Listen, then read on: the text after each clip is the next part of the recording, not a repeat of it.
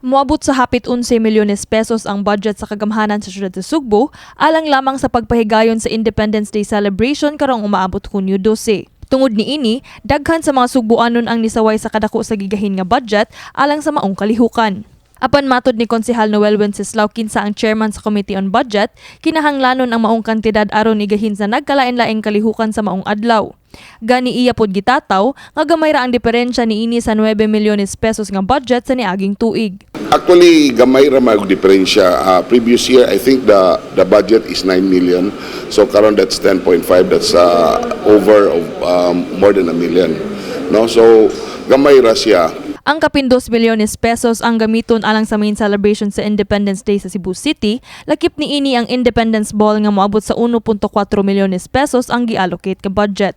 Ang 7.7 milyones pesos alang sa barangayan sa Sugbo Festival of Festivals, gilangkuban kini sa mga cash prizes, consolation prizes, honorarium sa judges ug uban pa. Tubag ni Wenceslao sa mga miingon nga sobra-sobra ang kwartang gigahin, katuyuan lamang sa kagamhanan nga mas mailhan ang kultura sa mga barangay sa siyudad sa Sugbo, sanglit ang maong selebrasyon adunay intangible effect sa katawhan. Kung atong buto naon, nga moingon sila nga kanang kaskas o kwarta, but naaman siya gitawag na itong intangible effect ani. So, ang purpose gyud ani is we need to know the culture of the barangay. Kaya daghan man mga barangay like ang kaning atong Mango Festival, wa man ni mahibawan na sa kabukiran na tay gitawag og Flower Festival, na sa tay kaning sa atong tabuan.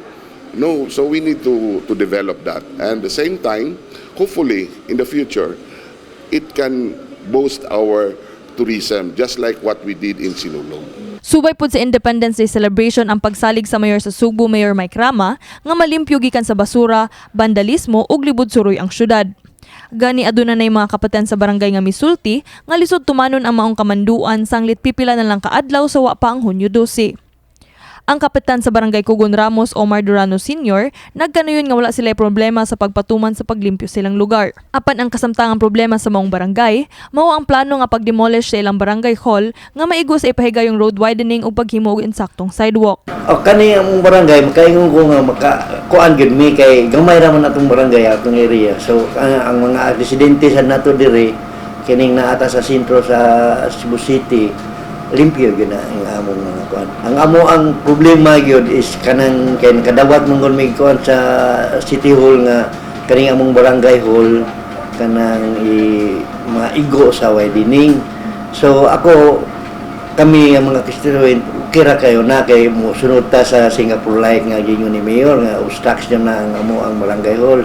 Pero dugay na ni siya. Pero karon lang na implement pero okay ra mi bisag basta naala mi kabalhinan. Lisod man kayo iigo dayon sa widening unya patay kabalhinan asa man nato ang opisina wala man tay kakuan. Ug sa atong pakighinabi sa barangay captain sa barangay Santo Niño nga si Lourdes Ramirez, iyang gibutyag nga gisugdan na nila ang pagpanghakot sa mga street dwellers sa kadalanan silang barangay. Dugang pa ni Ramirez nga paninguhaon nila nga mabuhat ang tanan sa Hunyo 12 aron sa katumanan sa Singapore like Cebu City ni Mayor Mike Rama. Hangyo na gyud nako sa mga constituents di lang sa akong barangay, sa tanang mga tao nga muanhi sa syudad sa Sugbo, magsuroy-suroy nga di lang ta magpataka og labay sa ilang mga trash, especially empty bottles kay every time no nga manglimpyo mi dinha sa Gaisano Creek, mostly empty bottles ang naada mo makuha dinha. Nagipanglabay lang bitaw kanang kuan na gyud ta discipline ourselves. Maura jud na disiplina. Kini si Queenie Holigon alang sa My TV Cebu.